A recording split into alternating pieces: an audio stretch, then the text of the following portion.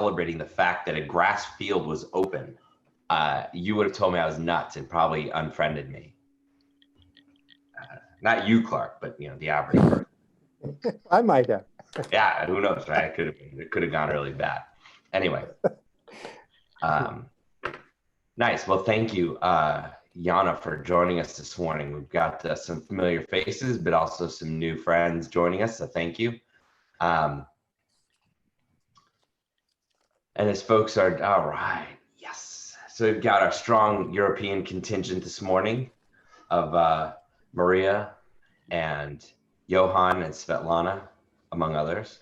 And Jana, I see some of your friends are on as well. So if you notice anyone you wanted to introduce or welcome, please do so. Otherwise, welcome to all our friends. And we're going to, Jana is was a classmate of mine at Haas, and she was in my cohort. We've worked on multiple consulting projects since. And Jana, like Clark and I, runs her own consulting firm, and she, but has a deep heritage going back to her time at Gensler, and is beyond knowledgeable, I would dare say expert in the field of the future of work, and has strong opinions about how we as a professional society are going to respond to, as she dubs it, and I appreciate, the work from home experiment. Or as I say, the WFH now stands for whole family home, which makes it a little more interesting. So without further ado, Jana, I'll turn it to you. Okay, thank you, Jeff. Hi, everyone. Hi, Ashley and Brian. Great to see you on this call too. So let me share my screen, and then we can go through a quick presentation that I put together. And then hopefully what I'm really trying to do is to bring up a few topics of conversation that are currently happening in the real estate workplace design community. And then we can talk about them as a group and kind of maybe extrapolate some of them and kind of see where this takes us. So to share my screen, I think, Jeff, you need to allow me to do so.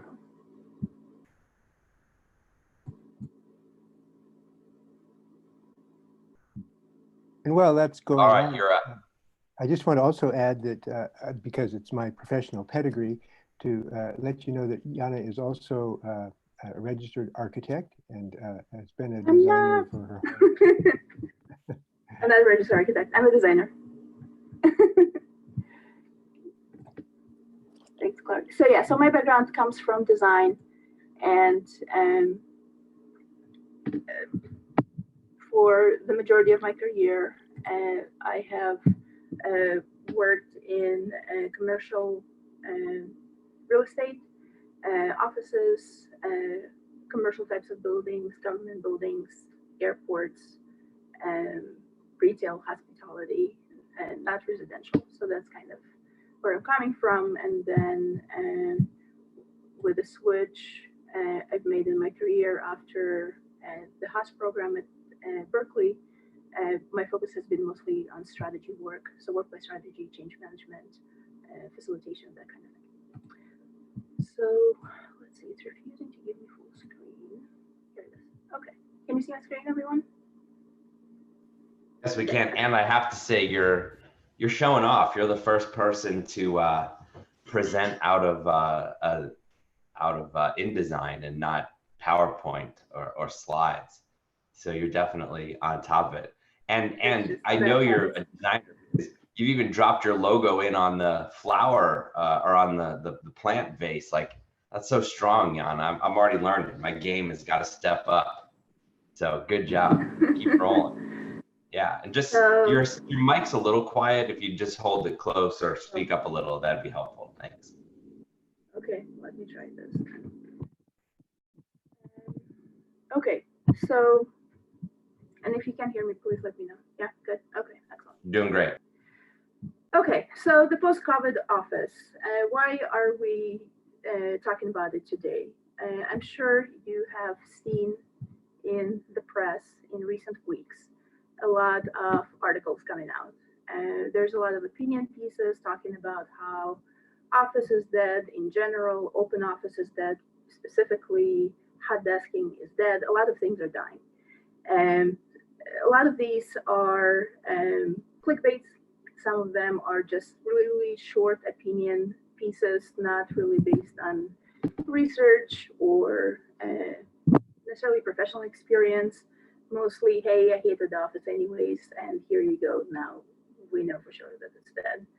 So the question is the office dead? Now that everyone is working from home and we're going through this global experiment of working from home, of everyone having the exact same experience at the exact same time, what does it mean for all the buildings that are sitting right now here in San Francisco and downtown, in New York, and all of the urban centers empty? That's millions of square feet of real estate. If you were to listen to this hype, you would think that we're just going to continue staying home and not really coming back to the office. And then also, obviously, if you just look at the snapshot, then the office is kind of the bane of our existence. One of the articles that I do want to point out that I thought were actually really good and worth reading are The Economist's 1843 Death of the Office. Kind of gives a historical perspective on how the office is developed and what were their purposes throughout the years. So if you are interested in checking some of these out, that would be one.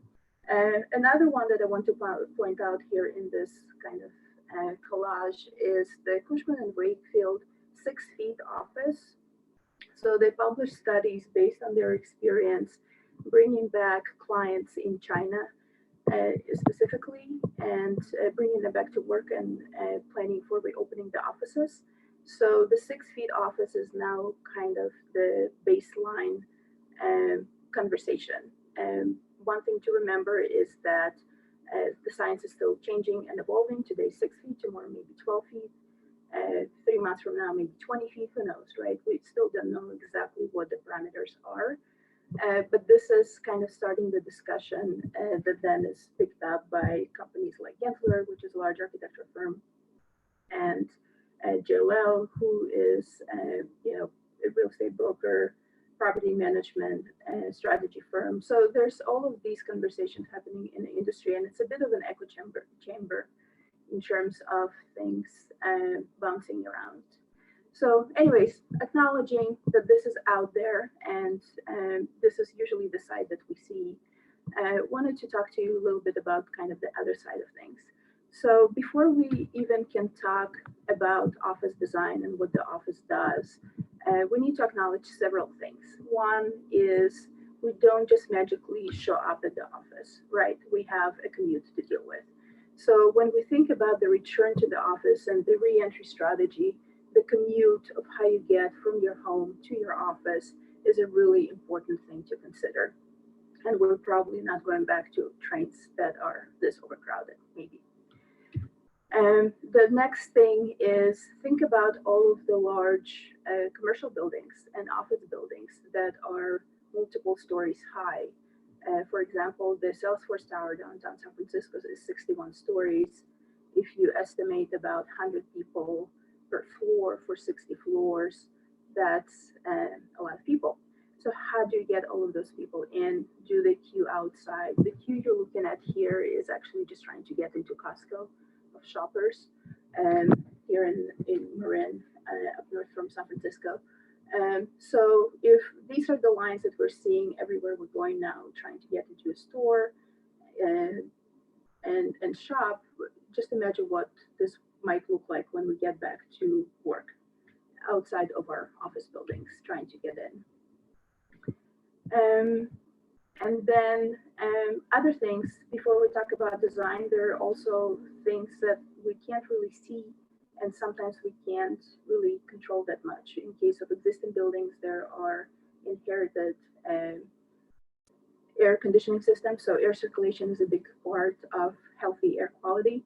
And a lot of those things are built in with the buildings. And sometimes we can go back and retrofit, and sometimes we kind of have to work with what we have. So as designers, this is a limiting factor for how much we can really do with the space that we're given in terms of making it, future-proof and COVID-proof. And then another point is science is evolving. We have some parameters, if you think about it, a few months ago, we were told not to wear masks. Now everyone has to wear a mask. We heard 6 feet is based on something from the beginning of the 20th century, not on current data. Current data is still being collected and being evolved, and we're hearing different distance requirements, implying that maybe 6 feet is not quite enough. A lot of the current efforts are on the 6-foot separation in the office. This may change as we move forward and learn more. And then another interesting thing that's happening is that usually in workplace specifically, trends tend to go west to east.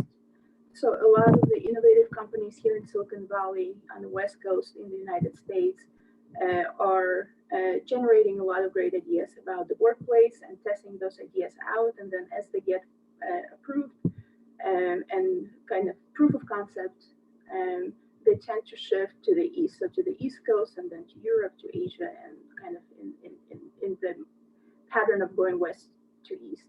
What we're seeing now is because the Asian countries are the first to reopen, having been through the crisis and reopening their economies now, we see the shift, this trend shifting. So now we see trends going east to west. So what we see happening in China now is being debated whether or not it should be adopted here. And that's something that's, to me, is a really kind of interesting paradigm shift in what we see happening. So we're not the first to reopen, which can be a good thing because there will be a lot of lessons learned. But then also it can create a situation where we adapt certain things without really thinking them through because they were done somewhere else and we're kind of in this rush to reopen.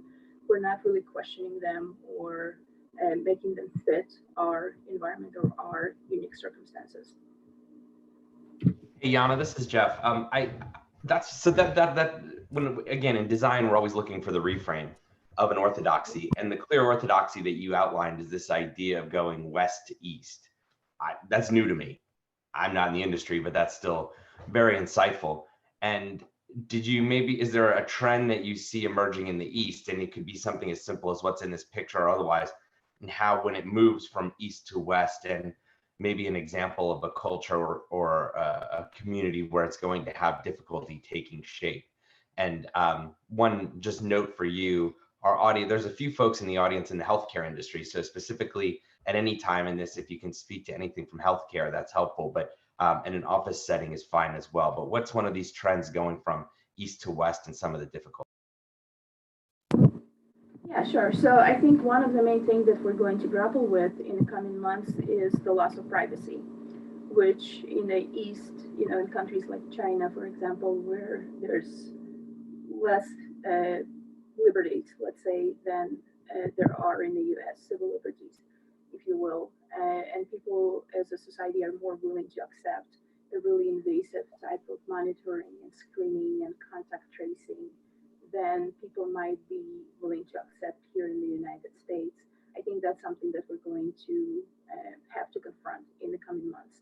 Are we going to allow that type of invasive monitoring where we are in order to control the spread and the disease? So I think that would be one that could be potentially kind of a conflict and a challenge in talking about things, kind of moving in the other direction. In terms of what you see here in the picture is factory workers in Wuhan having lunch.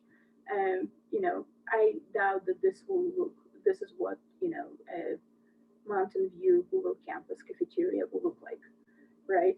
And so I think again we're going to take those trends and reinterpret them for our environments, for our societal norms.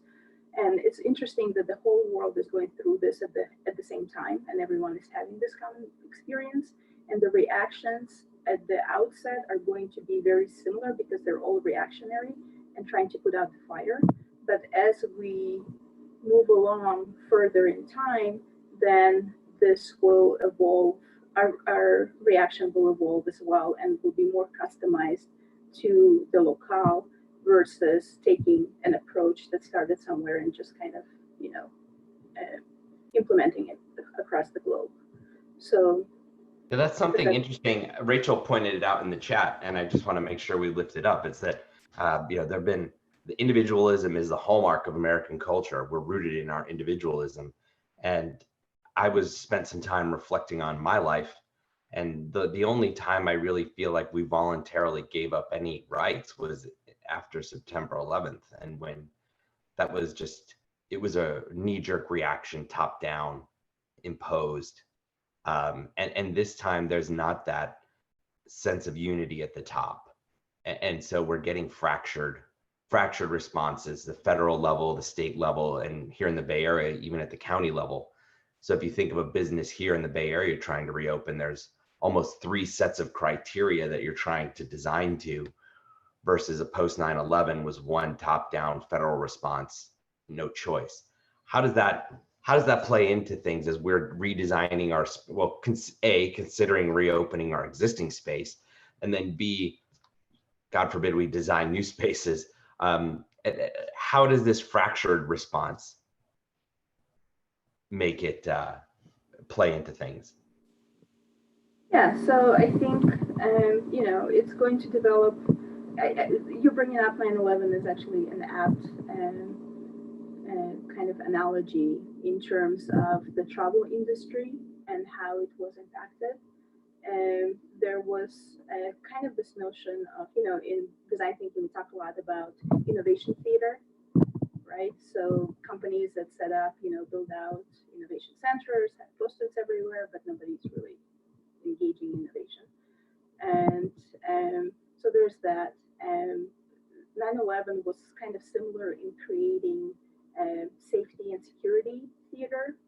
So people, you go through this whole physical process of taking your shoes off, taking everything out of your pockets to make you feel safer, even if in fact, somebody might slip through with whatever it is that they might slip through with, and nobody would ever know. But you felt more safe because there was a whole ritual around it that happened. So I think what COVID is going to do now is it's creating a cleanliness theater. Some people, I heard the term hygiene theater being thrown around. So, we've seen people, usually we expect things to be clean, but we don't really need to see them being clean. We just trust that things are clean. Now people will want to see that things are cleaned all the time. So you will get much more visibility to the cleaning crews who will be coming around regularly cleaning things. You may see signage that says this was clean, this was not clean. So there's kind of a direct correlation. You're on mute, Jeff. So I got it correctly. You're saying whereas 9/11 was security theater, now we're seeing cleanliness theater. We'll start seeing it, yeah. Once we get out of the houses, we'll see it, yeah. And I think we see it in our own houses too, right? Every grocery bag that you bring into the house gets disinfected, gets treated. It's not just a simple kind of, in and out the way it used to be. So Christian popped in an interesting question. Mm-hmm. Oh, sorry. Christian popped in an interesting question. It says, if Google, Facebook, and other company offices were a differentiator to attract talent, which you were part of the design of many of those, what is the new equivalent to that? What will people value now? That was a great question, Christian. Thanks. Yes, we'll get to that. We'll talk specifically about. So, hey, don't spoil the ending in the preview. All right, Jana, you can have your presentation back. Sure. I also saw Johan raise his hand. Oh, Johan. Was that just a high five, or do you have a question? That was. All right. How do I? You're good. Yeah. Wow. You're good. All right, brother. Good. Okay. Just checking. Okay, so moving on. And then kind of the reality, right? We're not really going to live in a bubble. This is a lovely picture of a date in Brooklyn that went viral in light of coronavirus. Boy or girl, like her, invite her on a date. This is the date. The reality for us all going to work looking like this is pretty slim. So this is, I think, one thing we maybe don't need to worry about. So if everyone has Post-its in the spirit of our big design thinking protocols, why don't you guys take a minute and write down on a post-it maybe one or two or several concerns that worry you most about kind of the return to office, given your own experience of having worked from home, if you have in the last few weeks, 8 weeks or so for us. And what are you really worried about? And maybe we could share a little bit of that. Let's take, I don't know, 30 seconds to a minute.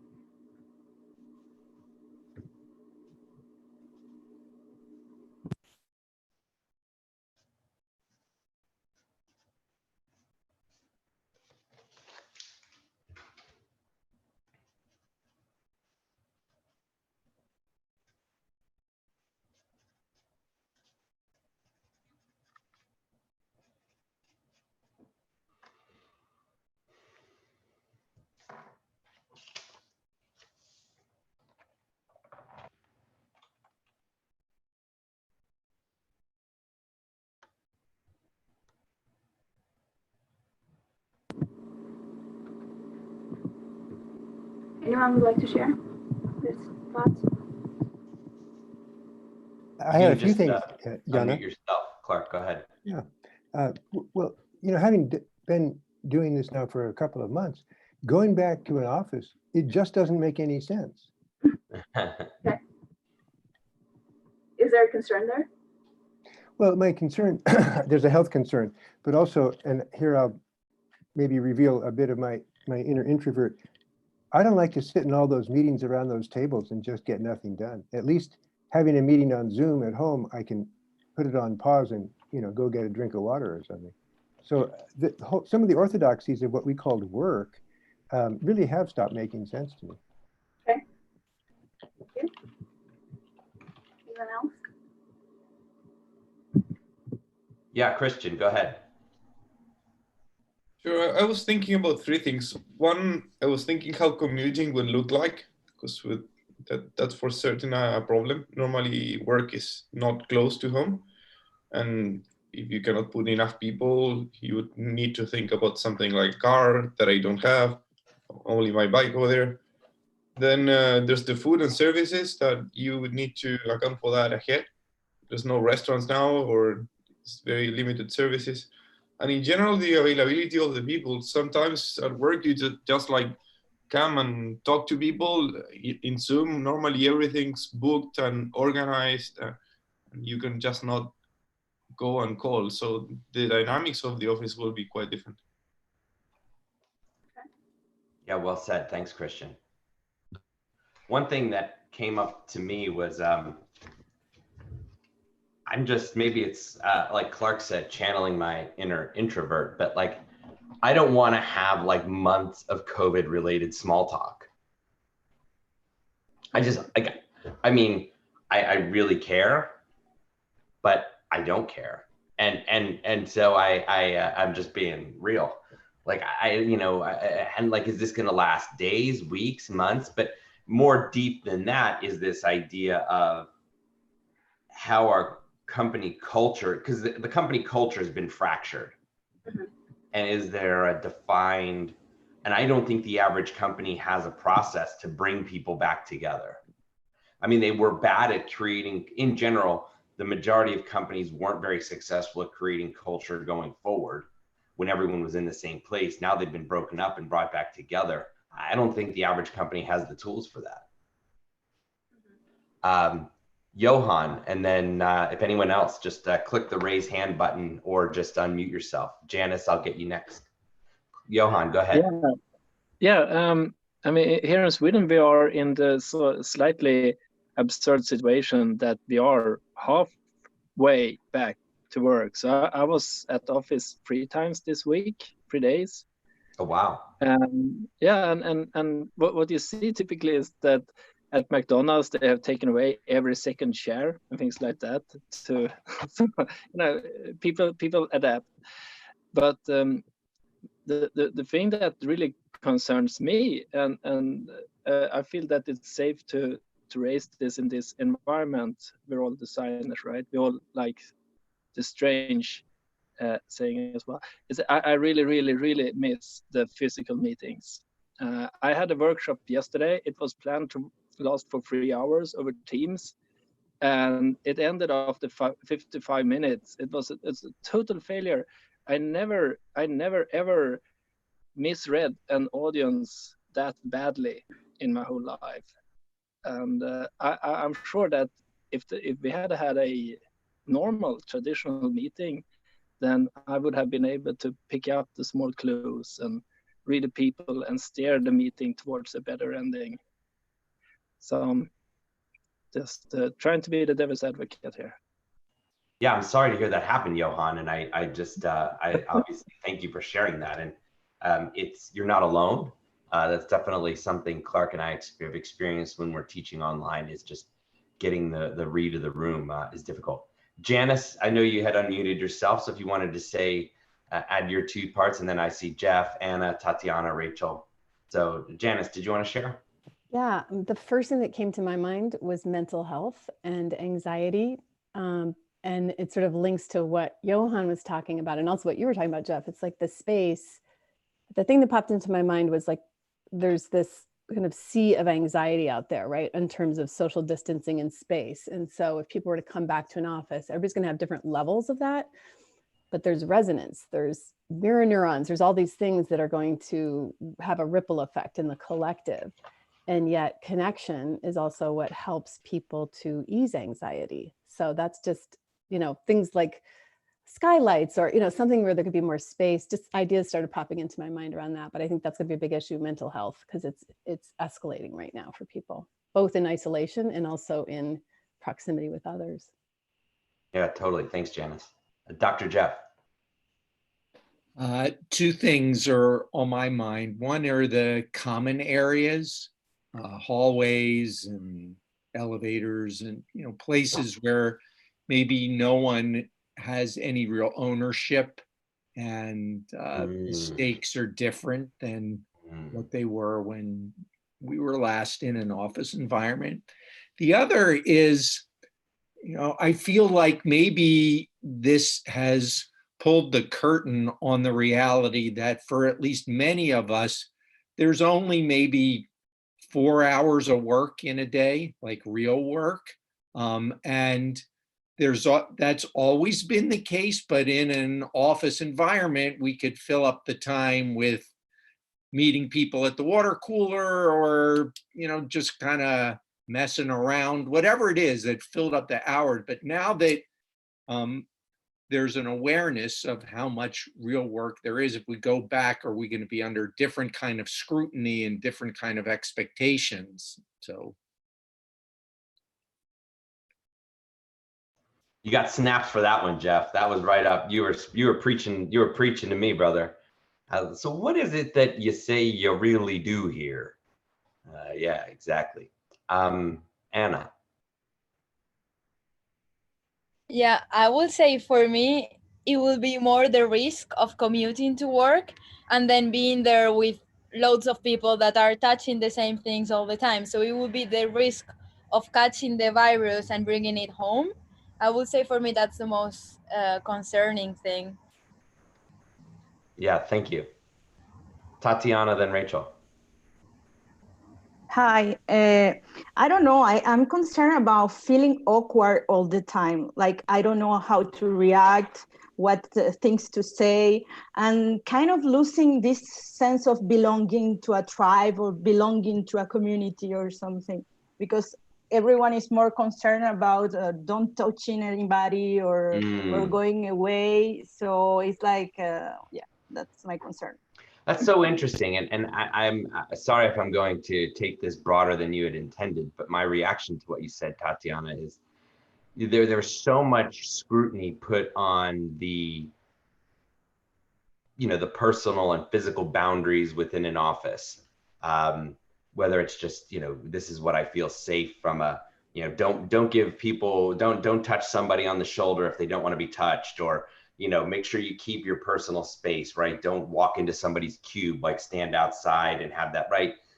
So that from like a self-respect and even sexual harassment type level, right? You had to maintain certain boundaries.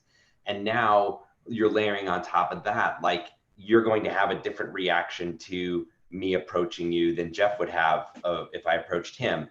And that's because you may have had somebody who died from this illness and maybe Dr. Jeff didn't.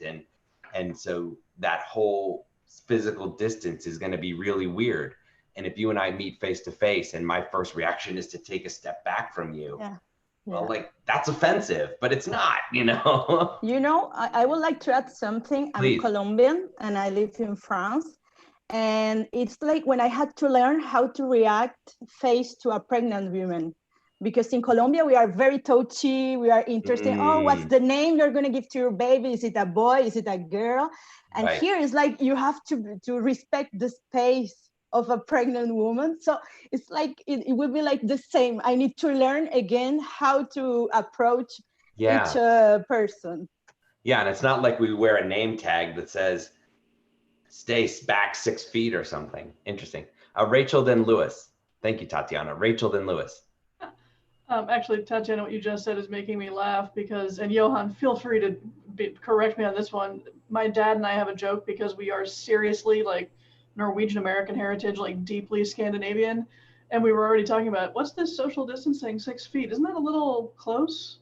To someone else? Like, that's how we already operate, at least we do. But in terms of concerns about the office, I actually have a completely different perspective because you are looking at my office. I don't work in one. I work from home. I'm an animator. I work in my own silo. So my actual concern is that I've actually experienced an increased connection with people that I work with through this. Because people are, when I'm having conversations with producers or designers or whatever, I'm actually having a better connection with them because they are less distracted by everything happening inside a normal office. So for me, it's actually been, I mean, yeah, human interaction is important, but for me, I'm like, oh, look, I'm having a better connection with clients and producers, and this is awesome. So that's, it's a little bit different. Really, thank you, Rachel. That was a great perspective. Thank you. Lewis, go ahead, and then we'll kick it back to Yana. So like Rachel, my work mode has been a little bit different, I think, than many people here, in that I work from home and I'm currently a student. So I haven't been working in an office in maybe five years.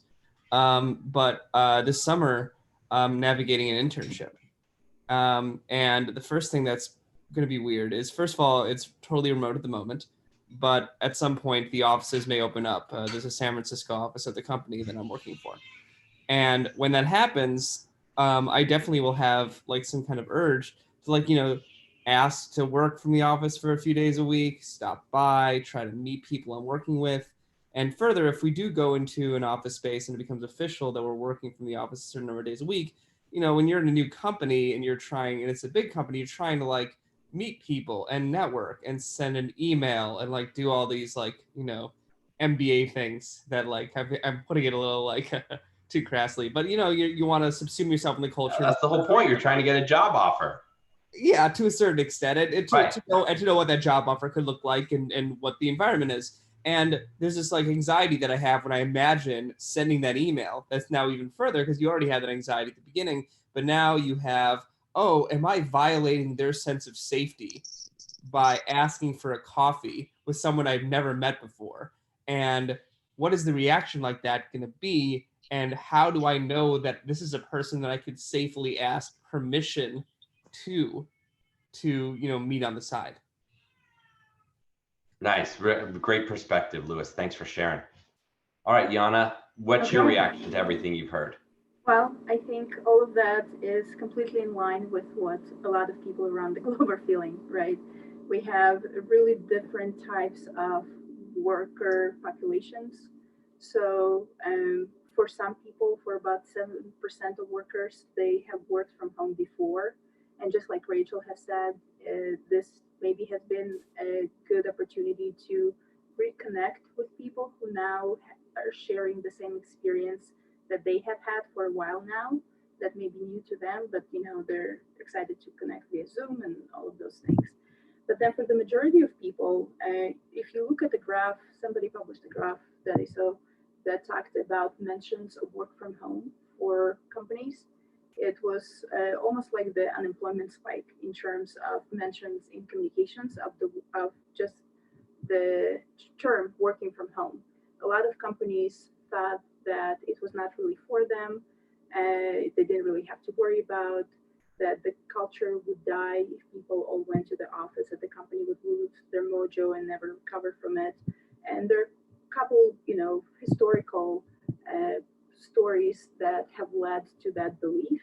But now I think part of the benefit is that, again, we're in this experiment and we are finding out that working from home actually works for a majority of people. The transition has been pretty seamless. And companies, kind of had to adjust on a flip of a switch overnight. And they're finding out that, again, just like with anything else, for some people it works really well, for others it doesn't. And the whole introvert extrovert issue is at play here. Also, company dynamics and how people are managed. And again, when we're talking about people who are working from home now, we're probably talking about white collar workers, knowledge workers, people who are able to work from home. This excludes a whole population of people who are not able to get their work done from home, right? So everything that you're bringing up in terms of, there was kind of a comment about the water cooler. I heard of a company that started a virtual avatar space for their office, complete with the water cooler, so people could chat at the water cooler in virtual reality. And so there are some companies that are trying to literally recreate the experience of an office.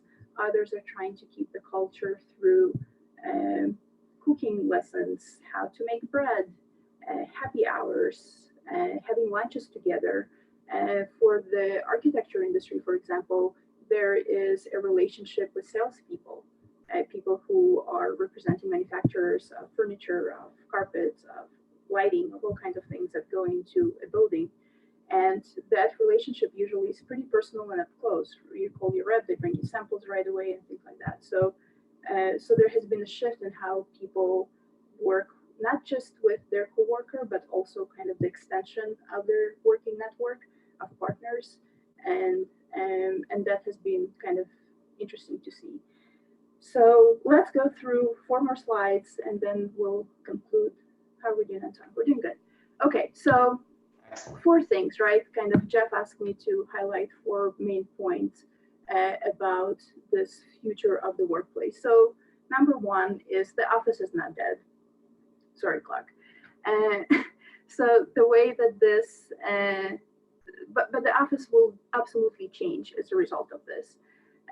So what's likely to happen, and when you guys were talking and you were voicing your concern, there was kind of this distinction between work and non-work, right? So you said, we only do work for 4 hours a day. For the other 4 hours, we do all these other things. We socialize, we maybe learn from each other, we sit in meetings that may or may not be productive, we do all of those other things. So there's kind of this work and non-work aspect to working in an office. So the office may shift its focus away from the work portion, away from individual heads down focus work, and instead refocus on connection, community, collaboration, and be a place that is offered more as an amenity that you can choose to come to. I think there'll be much more flexibility for employees and choice and control on where and how they will work, much more so than before. We kind of started on this trajectory already when we got iPhones in 2008 and started checking our emails at all times of days and weekends. And so there has been already kind of the shift of doing some work away from the office that maybe has not been formalized, that now will become more formalized. So the office will change its shape, and it will make all kinds of accommodations to maybe allow you to leave your shoes and belongings and wash your hands as soon as you enter. So the reception area may change. And maybe it will have areas that will be able to close off in case there is exposure, to minimize the exposure to the rest of the office. So maybe there'll be more partitions and it will be less open in that way. But the office is here to stay. One of the reasons for that is really kind of more on the psychological and needs as well of the employees. So first of all, even 8 weeks in, a lot of people are experiencing Zoom fatigue, as people are talking about it. Yes, it was very exciting for the first months or so to see all your friends on Zoom, but that now that we've done it a couple of times, maybe it's a little less exciting. And we still would rather really see them in person and go. I see more and more people going out for social distancing walks together. So there's to keep their distance, but they see each other in person. And I think that need to connect person to person and have human interactions and not just digital interactions is really important. The other factor is not everyone is has the same conditions back home. So for those of us who are lucky enough to have a good internet connection and not have too many distractions at home, are able to be more productive at home. For others, being at home means you might be sharing your home with roommates, you might be living with a young family, with small children, with pets, you may be taking care of somebody. So the distractions at home may be actually greater than the distractions of the office. So you need to leave your house to go get your work done, and you're not able to be as productive at home. And the office will be there for you if you need that. So it's kind of this democratic, almost equalizers in terms of providing the right conditions for work that people may not have at home. Not everyone has equal access to all the things that make you productive and successful at working from home. And then the other trend that I think will really kind of take place. So as I mentioned, mobility has been taking a hold on slowly just because of the technology that we have that enables us to work anywhere, anytime. There also has been a shift to more shared environments because of that technology. So if you think of co-working spaces like WeWork and companies going into those, or individuals and freelancers, and having amenities that a lot of people touch and interact with and share, which we didn't really think twice about, plopping in the chair in a coffee shop and, for a couple of hours doing some work on the laptop, drinking coffee. That may look a little bit different now. So you may be less willing to take something that was left behind by somebody else without knowing that it was thoroughly cleaned and prepared for you to kind of take over the space. So mobility is going to grow exponentially just because now we've had this experiment and we've shown that this works, but sharing will probably be reduced. And what that means for open offices, for example, that offered a lot of hoteling desks where employees come in and go as they need to, drop down for a couple hours before they go to a meeting. The assignment of space will get longer. So you'll get the desk for the day that you're at the office. And maybe there will be a schedule, maybe there'll be shifts where people work Monday, Wednesday, Fridays, other work on other days, morning, evening shifts. So there may be some kind of a stacking of availability of these shared resources and amenities, and with thorough cleaning in between as people. Yeah, I think that's an interesting point, Jana, is that if you're looking at it from the employee perspective, there's a lot, but also from the employer perspective. Mm-hmm. Like, I'm not going to have my entire engineering department in the office on the same day. And that's just a risk mitigation strategy. That has nothing to do with employee happiness. And so there's another side to it. Yep. Great point. So if the office is not dead, what else is true? Okay. What's your next point? Sure. So working from home, kind of now what? So now that we work from home, we can really, go back on that and pretend like that didn't happen, right? So this has happened, and this has been mostly successful. Some pitfalls here and there, but for the most part, it has been a successful experiment, global, huge experiment that otherwise would never actually happen. So we're finding out that it actually works. There is less business travel. There is a lot of leadership that is now grounded and is not traveling everywhere, being away from the office. So they're actually plugging into their teams' Zoom meetings, and are much more connected and are much more invested, therefore, in what's happening in their companies and less removed. There's a wide adoption of digital tools. Everyone became an expert now on, how to look at the camera, have a background, not have a background, all of those things. People may prefer to work from home. And now that they prefer to work from home, the HR policies may change as well. So instead of saying, well, we don't offer working from home, you may say, hey, I either don't feel comfortable working from home, or for whatever reason, working from the office, or for whatever reason, I prefer to work from home. It will be much more accepted and much more widely accepted by the companies and by HR departments to allow you to do that for at least a portion of the week. So we're not really talking about everyone coming back to 100% occupancy. There will be reduced occupancy, and there will be an allocation of certain percentage of space assumed when people plan for new offices, that certain percentage of the population will work away from the office. People are, so what are some of the negatives? So there's some IP concerns. If you live with roommates or somebody and you're on conference calls all the time talking about potentially confidential information, could be HR issues, could be IP issues, so there's confidentiality. There's also certain loss of privacy. And now everyone is invited into my home. You can see my background. You can judge what kind of house do I live in by seeing this door behind me with the knob that it has, right? So,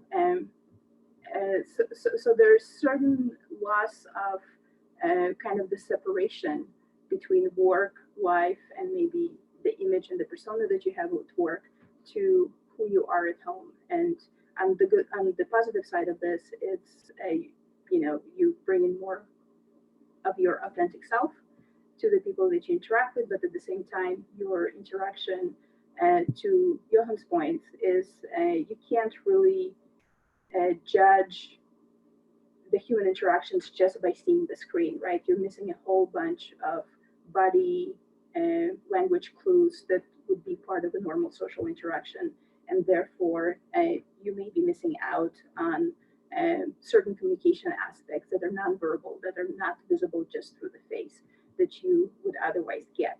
And that makes people actually more tired. And that's part of the reason that there's Zoom fatigue, is that the interactions, the digital interactions, are not quite the same as in-person interaction.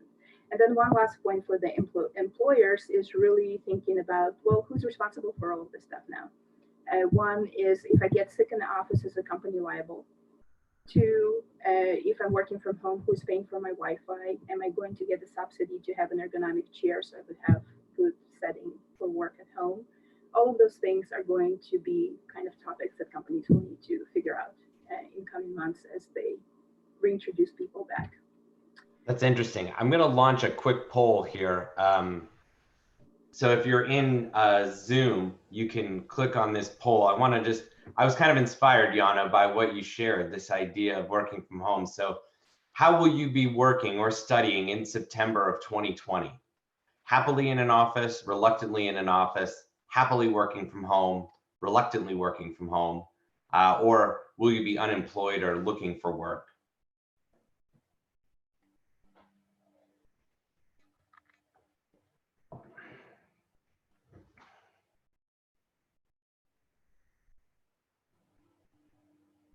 Nice, nice. Okay. One more. And there we go. All right. Well, there you go. Looks like, no surprise, our group will be looking forward to happily working from home in September 2020. Cool. Okay. What's next, Jana? Thank you for that. So next is healthcare. So if you remember, we talked a little bit about this, right? So one of the trends in workplace in recent years has been the adoption of residential and hospitality type of environments into the workplace. So living rooms, cafe with a barista inside the office, having Michelin star chefs cooking in the kitchen for the 9,000 employees on campus, all kinds of things that kind of have migrated from the hospitality sector and the residential sector into the office, and kind of this blurring of the line between the office and the home to make people more comfortable, have more choices about how and where they work. If I want to work on the couch, I can. If I need to work at the desk, I can. So all of those things kind of have been the main topics of conversation. what we will see in the next phase of this is maybe a move away from the residential feel of the office and adoption of some healthcare industry lessons learned. So in healthcare offices, companies like Kaiser, for example, have been working on for years trying to figure out how to create environments that are healing, that have natural light, that have natural looking products in them, that are cleanable, and you can sanitize them and you can control spread of disease, but at the same time make people feel comfortable and not feeling the environment is institutional per se. So I think that will be kind of the big design challenge for the next few years, is how do you move away from all the beautiful wools and felts and all the beautiful fabrics and textures that we've had in the office in recent years, and provide an environment that may be easier to clean and maintain in light of this pandemic. Cleaning regimen, we talked about kind of this cleaning theater, right, that's going to happen. There may be janitors or cleaning staff walking around with t-shirts that say, hey, we're here to clean, and surfaces, finishes that can stand up to sanitizing and harsh products that will be used for cleaning that has not really been a concern for the workplace up until now, will become a concern moving forward. Work-life integration, work-life balance is another thing that we will continue struggling with, and we have been struggling with it for a little bit, and that will just kind of get stronger. What are the boundaries of my work life and my life, and how do those boundaries blur? Indoor air quality, and then trying to make everything touchless will be another thing that is absolutely something that how do you engage in that work environment and minimize touch? That's interesting. Yeah, so think about touching doors, touching elevator buttons. So there will be more voice controls, more sensor controls. As you approach the door opens. If you scan your badge, the door opens, you don't need to pull the handle. So trying to think about all the surfaces that people touch. If you go to a restroom, the toilets flush, the sinks work. So there's, again, already technology in place that has been implemented in some areas, but not thought about as a system collectively. Sometimes you will go into a restaurant and toilet will flush, but the sink you still need to turn it on. And there's a disconnect there. So those experiences may also become a little more seamless. And the expectation will be that I don't need to touch anything to really get in and out of space and to activate certain things. Okay? All right, bring us home. Bringing you home. So finally, final point here. So there's kind of this new abnormal, right? A lot of people are talking about the return to normal, but I really don't see it as a return to normal. So I'm calling it the new abnormal. And so some of the things that we'll see, people will really truly be first. Up until now, it has been kind of the conversation that, yes, we're doing all of this office optimization and we're conducting all of these utilization studies to really make you more productive in the office. But the underlying concern there was actually triggered by the 2008-9 financial crash. The cost of real estate has escalated. Carrying a lot of real estate is really expensive after people cost. Real estate for a lot of companies is their second highest cost. So by reducing a little bit of space and creating a little bit of efficiency in how it's used, you can save a lot of money. So that has been the driver. Now we'll need to provide more space for people, right? So essentially we may need to carry more costs, but at the same time, by putting people first and understanding that we need to make them feel comfortable to come back, make them comfortable be at work, that we still need to provide a workplace that is functional, especially for those who can't do that at home, will be a driver. Distributed culture is going to be really important. How do you maintain the culture, not lose the mojo, and keep people connected, not just via Zoom, but there will be new innovation that happens. And that's actually one thing that it makes me really excited, because I feel like finally we're changing the topics of discussions in the workplace, and we're finally talking about new things, and we're going to see new innovations, new space types, new technologies, new ways to connect that we did not think about before that we'll be forced into because of this crisis. Signaling and messaging is important. Staying positive when you communicate to employees. It's not all boom and doom. There will be, we will come out on the other end. This may be temporary, and there will be kind of a resettling of this new abnormal as we move through the phases of this. And the whole social reconstruct, right? No more handshakes in business environments, and no more hugging for a lot of people. I'm a hugger, so that will be something that, somebody mentioned here. Can I call people out? Can I invite people for coffee if I don't know them? Or do we need to do that via Zoom? All of these things will get figured out as we move along. And then finally, there's an acceptance of casual attire, casual visibility of children, pets, homes, plants, books, and decor in the background. So again, there's kind of this blurring of lines between the home and the work that happens, and people can curate what that looks like. That's awesome. Thank you. I'm confident in their workplaces. Totally agree. Lewis brought up a great point saying, our team's going to self-organize offsite at like a team picnic and engage that. That's a pretty rad thought. I know we're up on the hour, so if anyone has any yes ands they want to drop in, please do. Otherwise, I just want to share our gratitude for you, Jana. I think if nothing else, this is massively exciting for us, and your use of visuals has just been so helpful. Give us your final takeaways, Jana.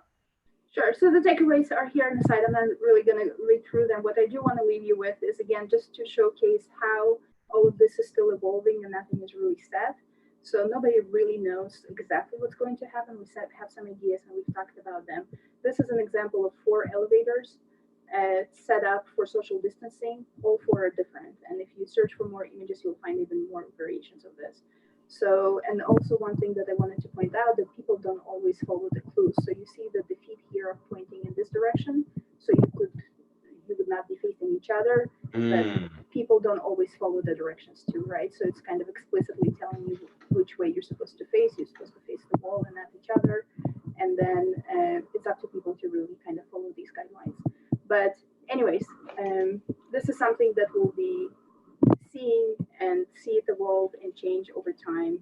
And, we'll figure it out as we go. So. Unfortunately, right? Yeah.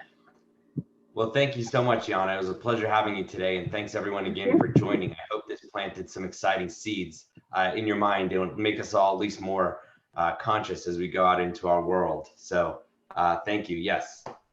Lots of love. Lots of love in the chat, Jana. So thank you. Excellent. Thank you so much. I appreciate it. All right, everybody. Have a great day. Thanks so much. Bye-bye.